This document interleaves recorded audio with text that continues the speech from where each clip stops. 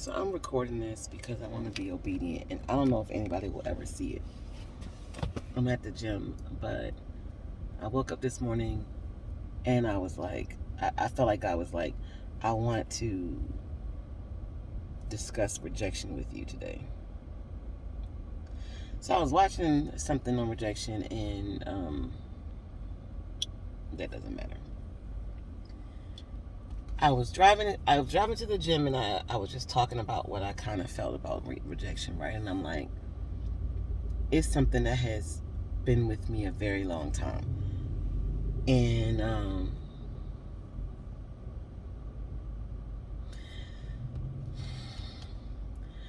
I've always wanted love. Always, my whole life. Like as a child, love was something that I remember young, like super, super, super young.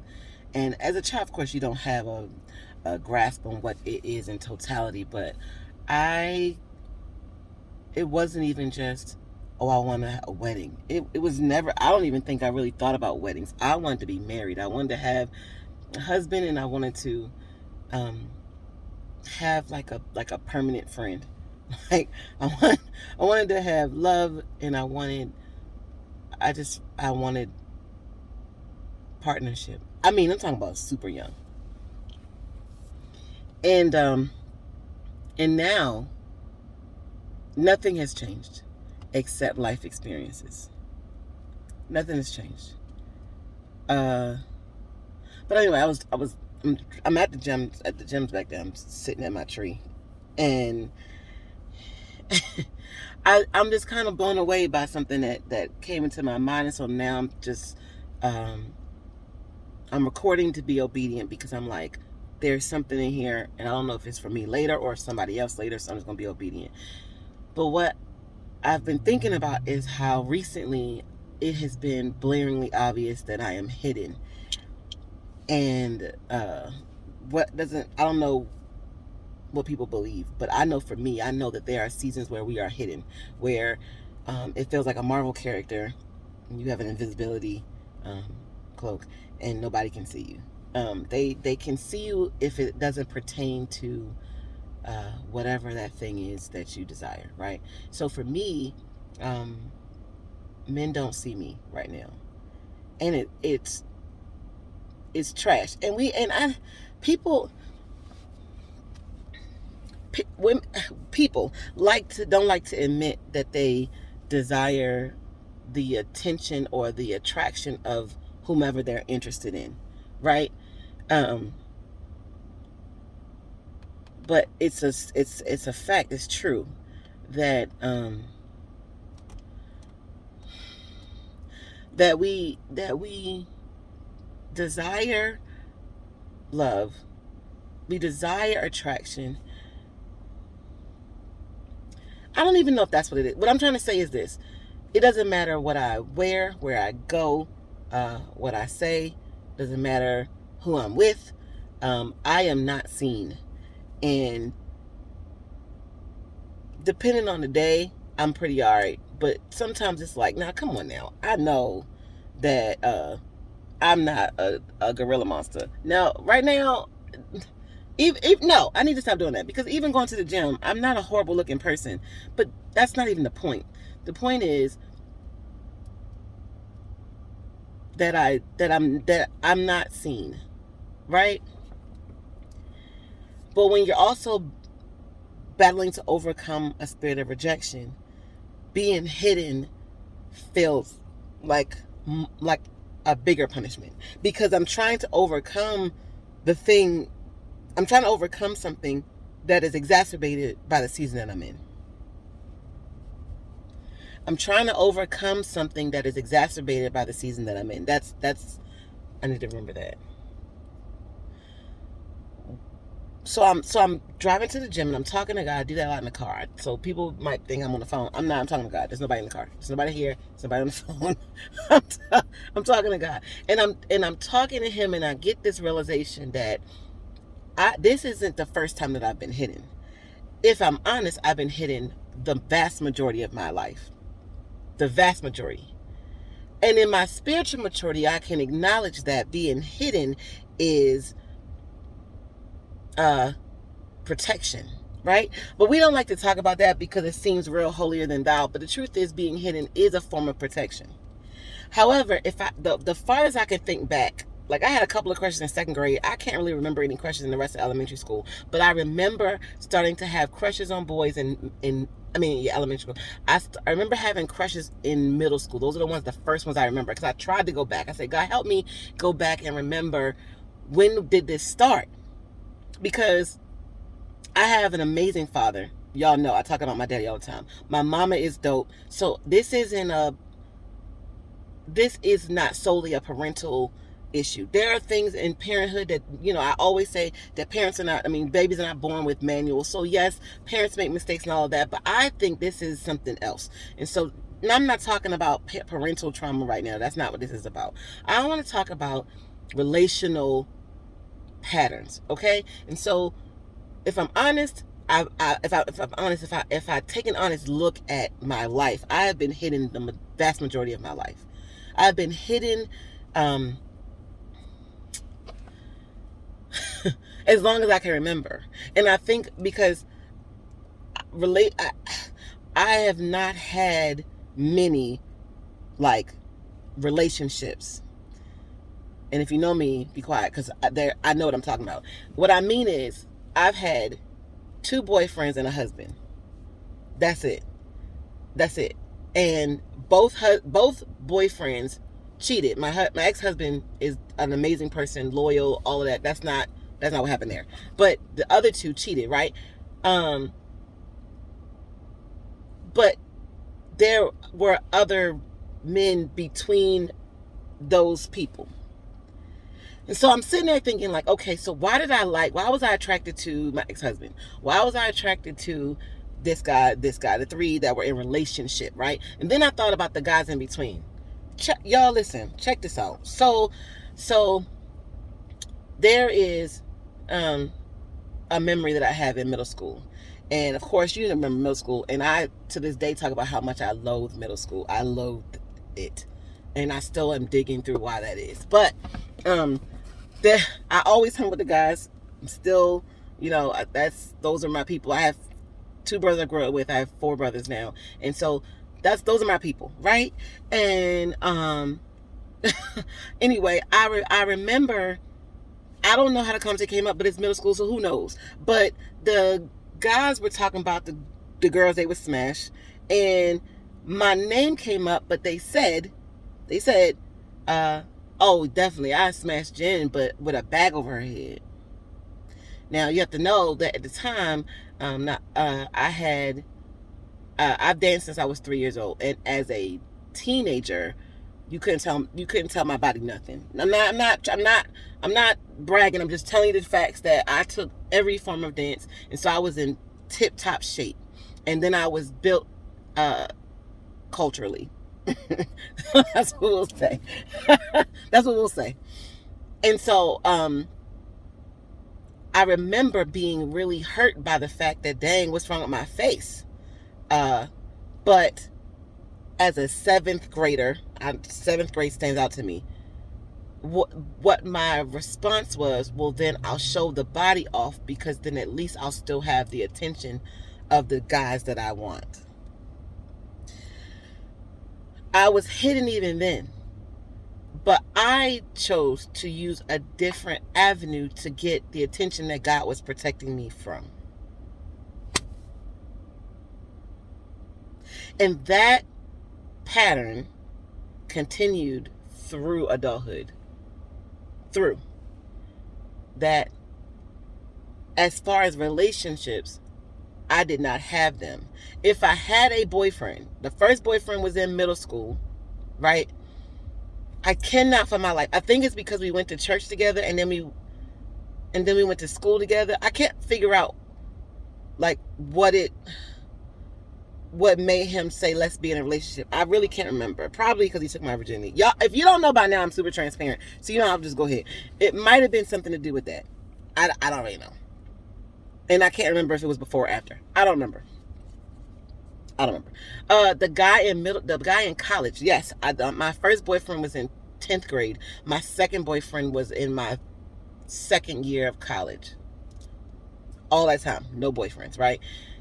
The second one was, I was the last one in the car. Me and my homegirls had went out somewhere. This car pulls up. I'm still friends with all these dudes too. This car pulls up with these military dudes. Sorry if you're in the military, but no, that's not my ministry. And the one in the driver's seat was howling at my girl in the driver's seat. The one in the passenger seat jumps out and talks to the girl in the passenger seat of our car. The dude in the back looks at me and goes, well, I mean, so what's up with you? Because I was the last one in the car. So me and that guy end up dating and end up together. But I'll never forget that it was only because I was the last girl in the car. If there was another girl in the car, history had shown that he probably would have picked that girl. Please go with me. I'm so glad this video is still going. And so, and like I said, both of those guys, it was not, oh, there's Jen, let me pursue her. It was like a matter of circumstances. So, second year of college, I met my ex-husband when I was 29. I think it was right before my 29th birthday, if I'm not mistaken. So you're talking about 10 years before I had another relationship. 10. And at that time, I was 4 years into abstinence and doing my best to live for Christ as best as I knew at that time. And he pursued me. However, I came to find out that the other guys who were my brothers, because again, I told you I always roll with dudes. The guys who were my brothers were asking him if he was interested in any women at our church. And he said me. And I knew it. There's a part of me that always knew it's because I was the safe choice. Now, a lot of you might be like, oh, that's not the case, or that's not what it is. You had to know my friends. They're some of the baddest girls to walk the planet. They just are in real life. And I'm not saying that he could not have had a relationship with them. You have to know my ex-husband to know he's a very calm, mild, I'm hoping this comes off as positive as I mean it. He just has a really gentle spirit. And that I was the safe choice. That's all I can say, because I don't want to ever come off that I'm saying something bad. I was a safe choice. And each of these people grew to love who I was, but none of them chose me because of me.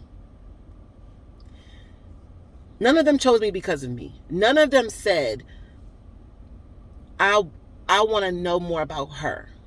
And that is a pattern that I've known my entire life. I really am going somewhere, because this is what I was talking to God about, right?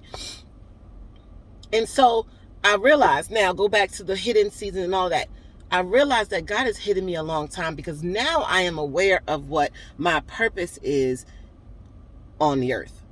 There's a couple of things that God has highlighted that this is what you're called to do. One of them has to do with marriage. Not my whole purpose is not marriage. It is not. It is not. And if you know me or know anything about me, you know what the other ones are, but that's not what this video is about. One of them is marriage. And I'm not saying that my purpose is to be a wife. I am purposed to be a wife, but that's not what I'm saying. What I'm saying is that my marriage has a purpose. So it required that I was hidden. And what I did as a child, and I'm not saying God is not one that blames or condemns. That's not even how he is. But what I did was I rejected the hidden protection, right? The protection of being hidden, to get whatever kind of attention I got, which then led to heartache and heartbreak, which then allowed me to feel rejected. I'm rejected because you don't want me. That's because you were never supposed to see me. You were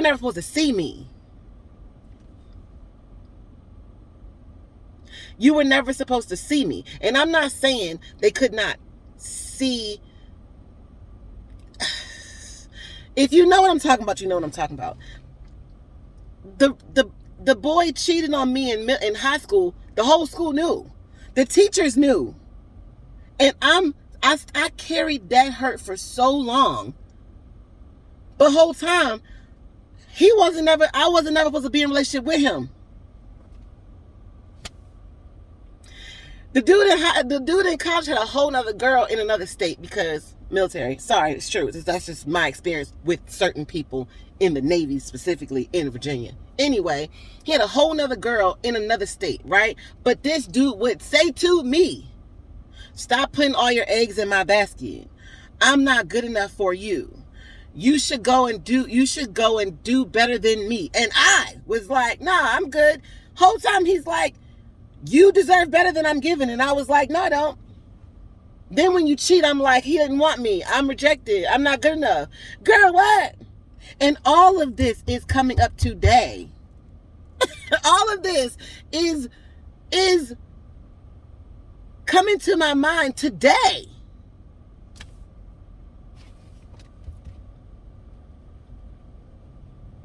You were never supposed to see me. They were never supposed to be, I was never supposed to be intimate with the people that I was intimate with. This is not a conversation about purity because y'all already know.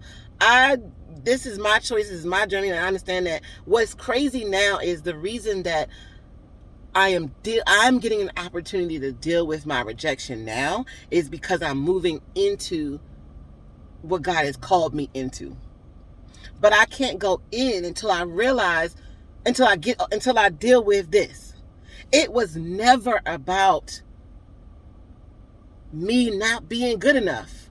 It sounds so simple, y'all, but I hope you understand how crazy this veil coming off my eyes is. It was never about me not being good enough. You can have whatever attraction you want. You can have whatever preferences you want. That's not what this is about. It's not, oh, they better. No. If you're not attracted to me, if you're not interested in my personality, that's cool. That's not what I'm talking about being hidden. What I'm talking about being hidden is there are people assigned to our lives, and if they're not assigned to your life, they won't ever see your value. They won't ever see your worth. They will never see the beauty that you have inside or out because they're not supposed to. But what the enemy does is he perverts that and makes it to where you internalize it. And you find it as a problem for you, and you carry it. You carry it. And then when God sends you people, you look and go, that they doing exactly what they did. But no, because these people have been assigned to see you.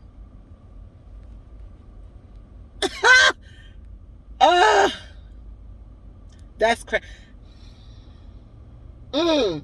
So, before God can allow the people who are supposed to see you to see you, he has to deal with the lies that you've perpetuated, that you've carried your whole life, Jennifer.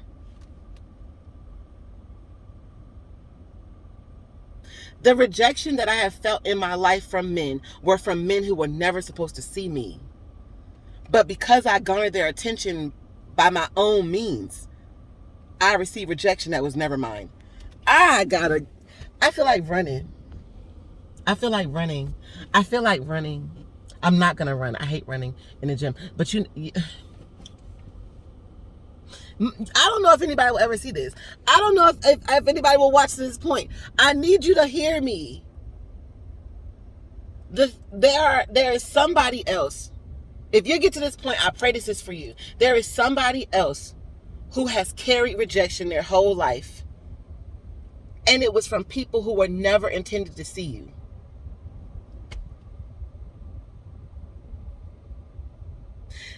It all had purpose, though. It all had purpose. I don't believe in wasted experiences, right? But it all had purpose.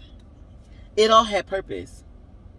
Because there's things that I learned from each of these people, from each of these relationships, from each of these interactions. Right? Some things to do, some things not to do. some things to change in myself, some things to build up, right? Some things to strengthen, some things to tear away. I learned from every one of these things.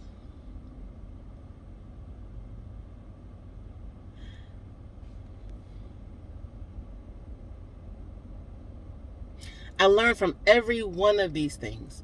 But today, July, what's today? The 29th? Is it? I don't know what day it is. The 30th? What day is this? Oh my God. Hold on. The 30th. July 30th, 2022. I am realizing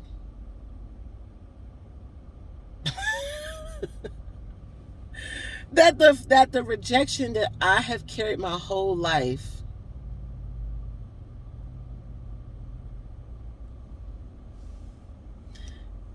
was never mine. It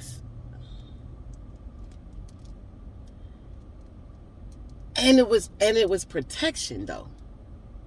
They couldn't have me in that way because it would have damaged what God has planned for the rest of my life. We don't spend time. I'm not one that spends time trying to figure out, oh, but what if I had figured this out earlier? What if I had learned this years ago? That's not who I am, because I look at my son and I know for a fact that he had to be here. So I would never say that I regret my marriage, my first one. I would never say that. If I just look solely at my son. Now there's 100 different reasons why I would never regret that one, but I'm telling you, my son is just, that's just it. You can end the book right there, right? So that's how I know things have purpose. My son belongs on this earth. So therefore I know that my marriage had a greater purpose than the way it ended, right? Man. And I'm sure these principles could go far past friendship. Past relationships. We could talk about friendship. You could talk about family. For me today, July 30th, 2022, this is about realizing that I am everything that God has always said that I am.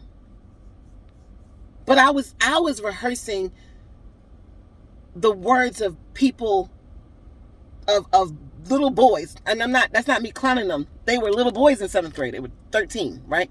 I'm rehearsing the words of little boys. I'm rehearsing the words of broken men. I'm rehearsing the words of a broken woman. The ones that I said about myself, I was repeating those, right? I'm repeating those in my head all the time. And then when an interaction with someone who is amazing comes along, I'm repeating what they said. They're not even here. He not talking to me because there's somebody. There's too many examples. I just this is my point. I am declaring that today, July 30th, 2022, that I finally have the freedom of rejection because it doesn't belong to me. And now that I have chosen not to employ the same strategies to garner attention or company, I have embraced lonely seasons. Not that I want to be lonely my whole life, but that it has a purpose. Then I can healthily attack rejection and kill it at the root, while nobody is here to do the work for me, because they can't do the work for me because they weren't there. You weren't there in middle school. You weren't there in high school. You weren't there in after college, where somebody that you love then ask you, well, which one of my friends do you like? And they bring in that dude into the room after they've gotten you drunk. I'll tell it all. That I'm not only rejected, but I was being exploited.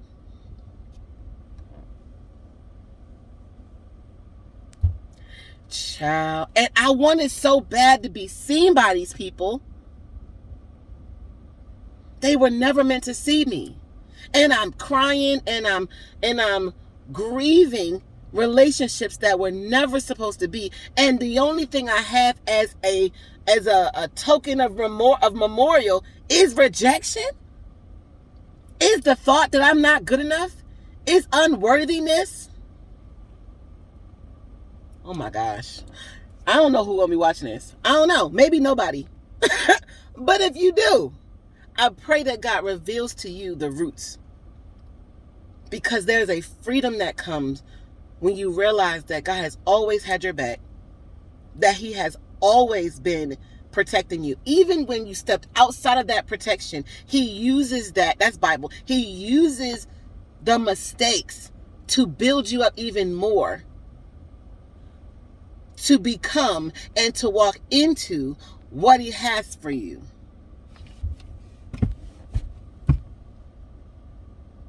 And it's layered. It's layered. Because I'm sitting here thinking about how I struggle to accept compliments. I struggle to say something positive about myself because it's conceit. No, it is not. No, it is not conceit. Because conceit is a heart issue. Come on. Conceit is a heart issue. Saying that I am beautifully and wonderfully made is not conceit. To say that I am intelligent is not conceit. To say that I have a gift of teaching is not conceit. To say that I have a gift of words is not conceit. It is a fact. However, because I have a heart that has been renewed and restored by God, then it's not conceit. It is accepting who God called me to be. To say that I have my own beauty, to say that I am super dope and I'm funny and I'm kind, it's not conceit. It's who I am. And to have years of not accepting who I am because I stepped outside of the protection of being hidden.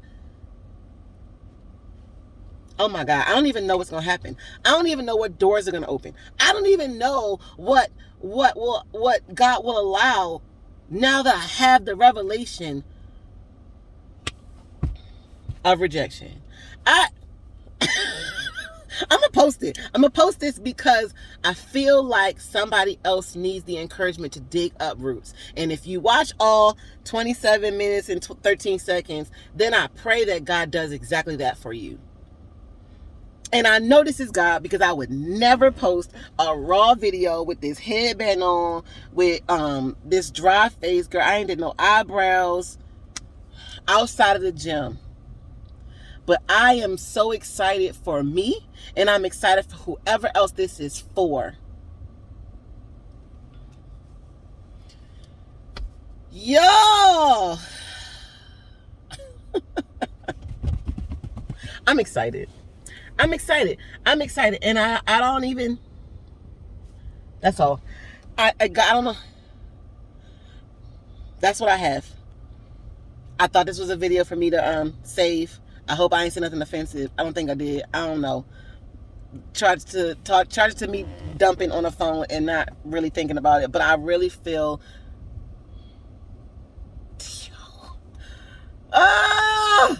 anyway, I super love y'all. God is dope. Y'all know how I feel about him. He's like one of my favorite people. And yeah, maybe we'll have a conversation about this one day together. I love y'all.